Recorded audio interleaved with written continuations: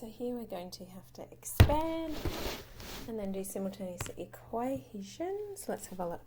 So in the expansion, the coefficient of x to the 4. So what is the coefficient of x to 4?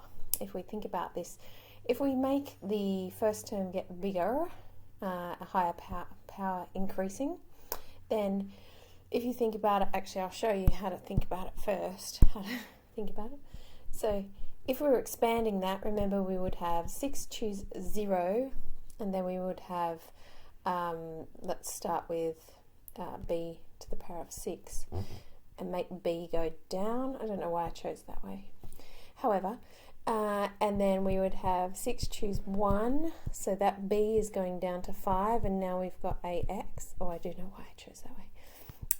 And then, so you can see that each time, actually I'll do the next term next. So 6 choose 2, b is going down, ax is going up.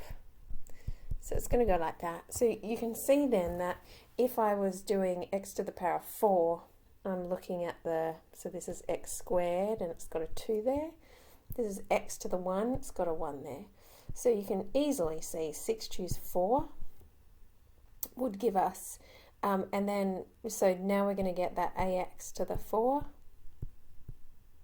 And what's the b going to be to the power of? Well, the powers have to add up to 6 because it's to the power of 6. So that must be a 2. 4 and 2 make 6. So the coefficient, so when I'm looking at just the coefficient of that, I'm looking at 6 choose 4, b squared, and from here just a to the power of 4.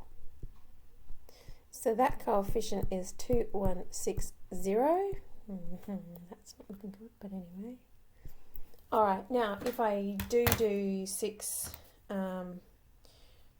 choose 4, we know we get 15. So if I divide by both sides by 15, let's see, 2160 divided by 15, that gives me apparently 144.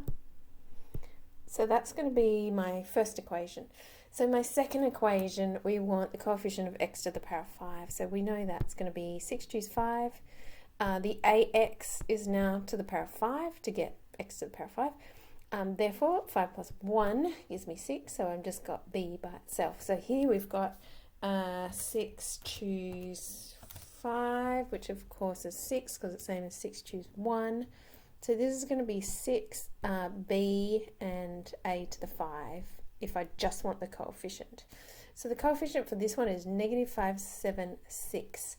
So that's going to give me the equation b a to the 5. There we go. So minus 576 divided by 6. Okay, do it again. Minus 576 divided by, having trouble with the calculator, is minus 96. There we go. So we've got these two equations and we want to solve to find both a and b. Alright, so you could do this all different ways. Some people like to make, for example, one of them the subject. So you might want to do that, or you could do some sort of division. You could say, what if I square both sides, for example, which would be the same thing as doing b squared, and putting minus 96 on a to the 5 and squaring that. So I should have done, so doing b and then squaring both sides to get b squared. And you could then substitute that into this equation for b squared, so you'd have minus 96 squared. And then you've got on the bottom a to the power of 10, if I'm just expanding that out, and a to the power of 4 on top gives me 144. So 10 divided by 4 is 6.